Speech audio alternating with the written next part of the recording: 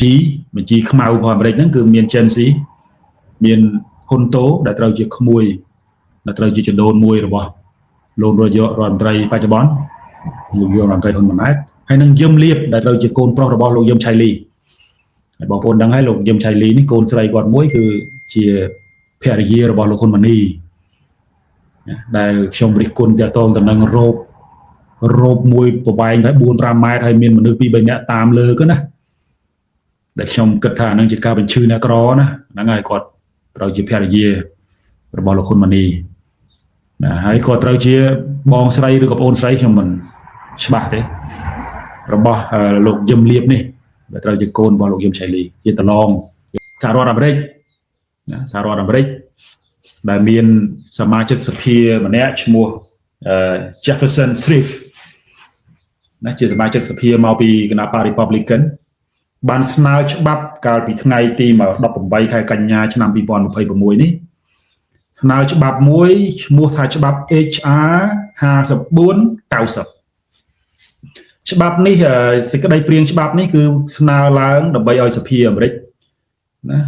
អនុម័តច្បាប់នេះក្នុងគោលបំណងកម្ចាត់ឧក្រិដ្ឋកម្មឆ្លងដែនហើយនិងឧក្រិដ្ឋកម្មអនឡាញហើយក៏បានដាក់បញ្ចូលឈ្មោះមនុស្ស43នាក់ក្នុងហ្នឹងយើងស្គាល់ជាងគេណាប្រហែលជាពាក់ព័ន្ធទៅនឹងរឿងល្បីល្បាញប៉ុន្តែមនុស្ស3នាក់ដែលយើងឃើញថាមានឈ្មោះក្នុងហ្នឹងដែរគឺទី1 Gen Z Gen Z នឹងជាអតីតជាដើមកំណើតជនជាតិចិនប៉ុន្តែមានសញ្ជាតិខ្មែរណាបច្ចុប្បន្នជាទីប្រឹក្សារបស់អតីតនាយករដ្ឋមន្ត្រីជាប្រធានព្រឹទ្ធសភាផងខ្លាយជាទីប្រឹក្សាហ្នឹង2 ឆ្នាំមុនឆ្នាំ 2024ណាឡាយរបស់លេខាទទួលស្គាល់ជាទីប្រឹក្សាដោយអង្គព្រះមហាក្សត្រហើយ Gen Z នេះឥឡូវនេះប្រទេសគ្រាន់តែលុយដែលជាលុយរបស់ Gen Z ដែលត្រូវបានគេបកកនោះណាសរុបឥឡូវនោះ 1700 លានណាអាមេរិកបកក 15,000 លានអង់គ្លេសបកក 100 លានឥឡូវសិង្ហបុរីថ្មីនេះបកក 115 លានទៀតបូកទៅវា1750 លានដុល្លារ1750 លានដុល្លារនេះបងប្អូនចាក់គិតចេះចំនួនគិតឲ្យសាមញ្ញឯងកុំឲ្យតែដឹងថាលុយនឹង1700 លានហ្នឹងវាប្រហែលកុំគិតច្រកជាក្រុមអាហ្នឹងបាច់និយាយគិតចេះបច្ចុប្បន្នណាបងប្អូនកម្ពុជាមួយឆ្នាំត្រូវការប្រមាណជា 9,000 លានទេនៅក្នុងការដំណើរការប្រទេសគេហៅថាវិការចរន្តណាយកអាការចរន្តយកមកបើកប្រាក់បៀវត្សឲ្យមន្ត្រីរាជការកសាងហេដ្ឋារចនាសម្ព័ន្ធនេះសរុបទាំងអស់ហ្នឹងអាចាយលុយមកប្រទេសកម្ពុជាហ្នឹងប្រាក់ខែមន្ត្រីរាជការទាំងអស់ប្រាក់ខែ operation ដំណើរប្រតិបត្តិការដើម្បីប្រទេសយើងធ្វើដំណើរបានណាដោយវាមិនដួលរលំវាមិនមានគេហៅថាវិបត្តិហិរញ្ញវត្ថុហ្នឹងគឺយើងត្រូវការតែ 9,000 លានទេប៉ុន្តែឥឡូវនេះគ្រាន់តែលុយរបស់ Gen Z ដែលអាមេរិកអង់គ្លេសនិងសិង្ហបុរីរឹបអូសបានហ្នឹងគឺធំ2 ដងធំជាងទំហំថាវិការចរន្តរបស់ប្រទេសកម្ពុជាទាំងមូលអញ្ចឹងបើ 17,000 លាននេះបើសិនជាក្នុងករណីជាសម្បត្តិរបស់កម្ពុជាគឺមន្ត្រីរាជការយើងទុកនៅក្នុងការចំណាយចរន្តចំណាយសម្រាប់បើកប្រាក់ខែបៀវត្សឲ្យមន្ត្រីដំណើរការប្រទេសកម្ពុជាបាន 2 ឆ្នាំគឺនៅលុយរបស់បុគ្គលម្នាក់លុយរបស់បុគ្គលម្នាក់ថែមតែ 1,000 លានទៀតណា1700វាចិត្តតែ 2,000 លានខ្វះ 300 លានទៀតវា 2,000 លានហើយយើងត្រូវការតែ 1,800 លានហ្នឹងហើយសុំទោស 18,000 លានណា 18,000 លាន 9,000 លានអានេះ 1,700 លានណាអញ្ចឹងវាខ្ញុំ calculate ខុសអត់ត្រូវទេប៉ុន្តែគ្រាន់តែថាវិការនេះវា 1,700 លាននេះវាស្មើនឹងប្រមាណជា 20% នៃថាវិការចរន្តសំទោសខ្ញុំគិតថាប្រមាណជា 18,000 លានអានេះវា 17អានេះ 1,700 លានទេណា 1,700 លានអញ្ចឹងវាប្រមាណជា 20% នៃថាវិការចរន្តវាប្រមាណជាបើយើងថាវិការ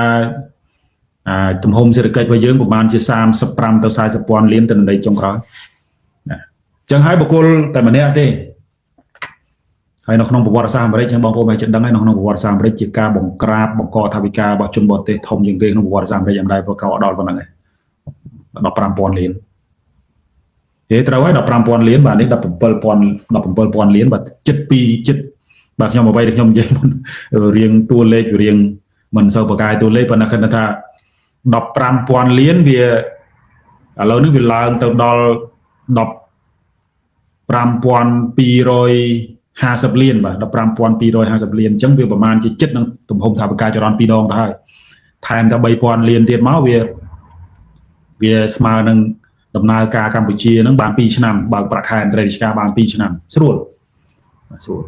ប៉ុន្តែអ្វីដែលសំខាន់នេះគឺឥឡូវនេះគឺមនុស្ស43នាក់ហ្នឹងគឺអ្វីដែលយើងសំខាន់យើងឃើញថាក្នុងហ្នឹងមាននៅក្នុងបញ្ជីខ្មៅរបស់អាមេរិកហ្នឹងគឺមាន Gen Z មានហ៊ុនតូដែលត្រូវជាក្មួយដែលត្រូវជាចដូនមួយរបស់លោករដ្ឋមន្ត្រីបច្ចុប្បន្នលោករដ្ឋមន្ត្រីហ៊ុនម៉ាណែតហើយនឹងយឹមលៀបដែលត្រូវជាកូនប្រុសរបស់លោកយឹមឆៃលីបងប្អូនដឹងហើយលោកយឹមឆៃលីនេះកូនស្រីគាត់មួយគឺជាភរិយារបស់លោកហ៊ុនម៉ាណីដែលខ្ញុំរិះគន់ទាក់ទងទៅនឹងរោបមួយប្រវែងតែ 4-5 ម៉ែត្រហើយមានមនុស្ស 2-3 នាក់តាមលើគឺណាដែលខ្ញុំគិតថាហ្នឹងជាការបញ្ឈឺអ្នកក្រណាហ្នឹងហើយគាត់ត្រូវជាភរិយារបស់លោកហ៊ុនម៉ាណីណាហើយគាត់ត្រូវជាបងស្រីឬក៏ប្អូនស្រីខ្ញុំមិនច្បាស់ទេរបស់លោកយឹមលៀបនេះដែលត្រូវជាកូនរបស់លោកយឹមឆៃលីជាតឡងលោកយឹមឆៃលីជាតឡងរបស់ប្រធានប្រតិភិលោកហ៊ុនសែនចឹងហើយចាំមើលថាបើសិនជាច្បាប់នឹង approve ដោយសភាអាមេរិកហើយគឺបុគ្គលទាំងនេះគឺជាបុគ្គលដែលត្រូវបានតាមចាប់ខ្លួនហើយខ្ញុំជឿថានៅពេលដែលចូលនៅក្នុងបញ្ជីខ្មៅរបស់អាមេរិកហើយរៀងពិបាកបាទរៀងពិបាកប៉ុន្តែហ្នឹងរឿងជារឿងដែលបច្ចុប្បន្ននេះពិភពលោកកំពុងតែសម្លឹងមកកម្ពុជានៅក្នុងនៃមិនល្អទេសូម្បីតែកូរ៉េត្បូងក៏ដូចគ្នាដែរកូរ៉េត្បូងនិយាយពេញមាត់ថាជាឧក្រិដ្ឋកម្មជាទីក្រុងឧក្រិដ្ឋកម្មទៅហើយនៅក្នុងប្រទេសកម្ពុជាចឹងហើយគេឈ្មោះយើងហ្នឹងគឺដើម្បីកសាងធ្វើម៉េចឲ្យមានមុខមាត់ល្អឡើងវិញនៅក្នុងពិភពលោកនៅក្នុងឆាកជាតិឡើងវិញហ្នឹងវាត្រូវការពេលហើយបើយើងមើលចេតនារបស់រដ្ឋាភិបាលបច្ចុប្បន្ននេះគឺដោះស្រាយបញ្ហាហ្នឹងរឿងយឺតមែនទេលវលតែដោះបានមួយទៅសើគ្នាអអចឹងទៅចាប់នៅនេះចឹងទៅហើយខ្ញុំរៀងបើបុកចររឿងលោកហ៊ុនយុទ្ធហ្នឹងដែលជនពិការម្នាក់ទៅចាប់ខ្លួនណាប្រជាជនកម្ពុជានៅក្នុងស្រុកថាយើងមិនដឹងថាប្រមាណទេប៉ុន្តែខ្ញុំមើលទៅភាគច្រើនដែរដែលនាំគ្នាអបដែលយើងធ្វើមិនឲ្យបានសន្តិភាពឈប់មានយុទ្ធសាស្ត្រស្ងៀមតែមិនស្ងាត់តែមិនស្ងៀមណាហើយយើងបានការសម្របសម្រួលចុះសន្តិភាពអីមកវិញតាន់បានសបាយចិត្តនឹងប្រមាណ 2 3 4 5 ថ្ងៃផងចាប់ជនពិការដែលរិះគន់រឿងសង្គមនឹងដាក់គុកខ្ញុំថាតឡាការខេត្តតាកែវនឹងដូចជាមិនដឹងថាមេប្រជាឬក៏ចាប់ខ្លួនឯងទេហ្នឹងប៉ុន្តែគិតថាជាប្រព័ន្ធណាបើធ្វើអញ្ចឹងក៏ឲ្យតែគេស្អប់រដ្ឋាភិបាលហើយមិនដឹងថាលោកនាយករដ្ឋមន្ត្រីអតីតនាយករដ្ឋមន្ត្រីនឹងទទួលខុសត្រូវនៅក្នុងប្រវត្តិសាស្ត្រកម្ពុជានឹងបានប៉ុណ្ណាទេព្រោះឥឡូវនឹងរឿងស្អីក៏គេបន្ទោសគ្រួសារនឹងដែរជួនកាលកូនចៅនឹងចាប់នឹងដើម្បីយកមុខឲ្យមេសរសើរឬក៏អីចឹងទេណាខ្ញុំដឹងមកជួនកាលមេធំលើនោះដឹងទេនោះអាកូនចៅនឹងចាប់យកមុខទេហើយចោតមកសិតតែរួមគំនិតក្បត់អីចឹងទៅបកអសន្តិសុខសង្គមអីចឹងទៅប៉ុន្តែកំហុសរិះគន់គេហៅថាបត់បរហាគេនេះទេបើចោតនោះអាធំខ្ញុំមិនស៊ីជម្រៅរឿងច្បាប់អីហ្នឹងទេប៉ុន្តែគាត់ថាវាទោះបីជា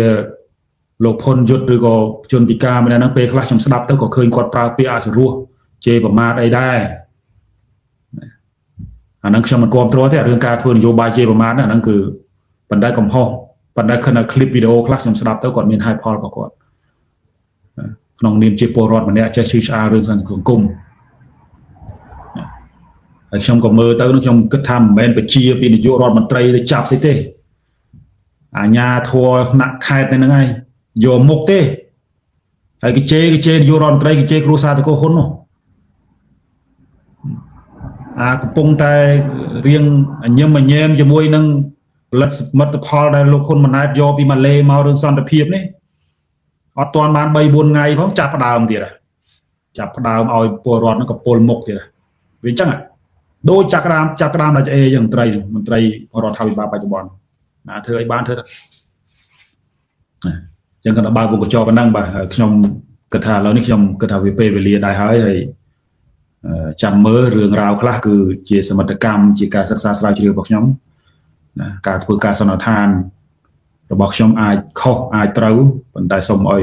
បងប្អូនស្ដាប់ដោយពីការស្ដាប់ដោយការពិចារណារកប្រភពឲ្យបានច្រើនបន្តទៅទៀតដើម្បីធានាថាអ្វីដែលបងប្អូនបានទទួលនឹងជាព័ត៌មានដែលអាចយកមកប្រើជាប្រយោជន៍សម្រាប់ជីវិតប្រចាំថ្ងៃបានណាជីវិតប្រចាំថ្ងៃបានឥឡូវហ្នឹងយើងបើរឿងប្រភពព័ត៌មានមិនខ្វះទេបងប្អូនមានតែទូរស័ព្ទមួយហ្នឹងមើលប៉ុន្តែឥឡូវហ្នឹងអ្នកដែលយកបង្កើតព័ត៌មានដើម្បីទទួលបាន like share រលុយតាម YouTube យករលុយតាម Facebook អីហ្នឹងណា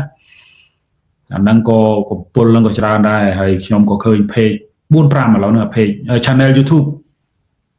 ហ្នឹង 4-5 យកคลิปខ្ញុំ live show ប្រចាំអាទិត្យហ្នឹងយកទៅដាក់ចំណងជើងថ្មីអីមើលទៅហ្នឹងដូចអស្ចារ្យដល់ហើយគាត់ថាខ្ញុំមិនទៅ report channel អីអស់ហ្នឹងទេព្រោះគាត់ថាពេលខ្លះបងប្អូនរកស៊ីដោយយកវីដេអូខ្ញុំទៅដើម្បីទទួលបានថវិកាពី YouTube ពីអីហ្នឹងក៏មិនគួរសរសេរឲ្យវាលើសការពិតដែរណាចំណងជើងអីចឹងទៅខ្ញុំមើលទៅដូចជាណាបើអ្នកមិនសូវយល់ដឹងអំពីរឿងហ្នឹងផងទៅអូសេងសេរីហ្នឹងមានបំណងដួលរំលំនៅនេះបំណងដួលរំលំនោះហើយប៉ុន្តែទៅស្ដាប់ខ្លឹមសារនោះរឿងផ្សេងចឹងទៅប៉ុន្តែចំណងជើងមើលមួយផ្លែទៅគឺអ្នកដែលជានេះហ្នឹងគឺក្តៅលក្ខជាតិនឹងខ្ញុំហ្នឹងឯងហ្នឹងណាចឹងហើយយើងឃើញថាអ្វីដែលខ្ញុំចង់និយាយហ្នឹងទាំងអ្នកដែលរកស៊ីនៅក្នុងបណ្ដាញសង្គមហ្នឹងក៏សូមឲ្យមានដែនកំណត់របស់ខ្លួនយកទៅវីដេអូខ្ញុំហ្នឹងគឺខ្ញុំមិនទៅ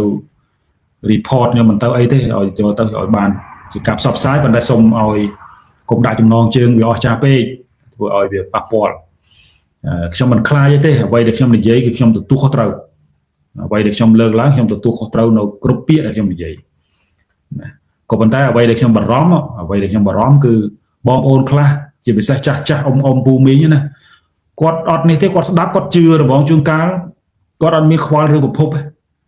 ចឹងហើយបានបញ្ហារាល់ថ្ងៃនេះគឺប្រភពព័ត៌មានអត់បញ្ហាទេវាមានច្រើនណាស់ប៉ុន្តែតើយើងមានសមត្ថភាពនៅក្នុងការវិនិច្ឆ័យថាព័ត៌មានហ្នឹងវាពិតឬមិនពិតអានេះវាជាចំណុចសំខាន់ហើយដើម្បីអាចមានសមត្ថភាពនៅក្នុងការវិនិច្ឆ័យព័ត៌មានទាំងនោះបានហ្នឹងវាត្រូវការយើងស្ដាប់ឲ្យច្រើនអានឲ្យច្រើនពិចារណាដោយឈរលើហេតុផលឲ្យច្រើនណាកុំមកគិតនៅលើគេជេរខ្វាច់ជេរដែរអាហ្នឹងគឺយើងចង់បញ្ចប់ខ្លាយទៅជាជនរងគ្រោះនៃសារព័ត៌មានហើយយើងឃើញហើយអ្នកសារព័ត៌មានឥឡូវហ្នឹងគឺដល់ហើយអ្នកខ្លះហ្នឹងគឺគ្មានសិលធម៌ទេនោះអាសារព័ត៌មានដើរជេរបចោស្រីក៏មានអាសារព័ត៌មានស្រាថ្នាំក៏មានអាចគម្រាមគេក៏មានឃើញអីចឹងប៉ុន្តែឃើញបងប្អូនខ្លះនោះចូលចិត្តអាឃើញគេគម្រាមពលរដ្ឋចឹងទៅដូចឃើញ like ឃើញ share ច្រើនណាខ្ញុំឃើញមើលចរិតខ្មែរយើងដូចម្យ៉ាងដែរស្អប់អំពើអយុត្តិធម៌ប៉ុន្តែចូលចិត្តមើលចូលចិត្ត share អាណារងគ្រោះអាណាត្រូវបានគេសម្លុតគេអីចឹងទៅដូចណា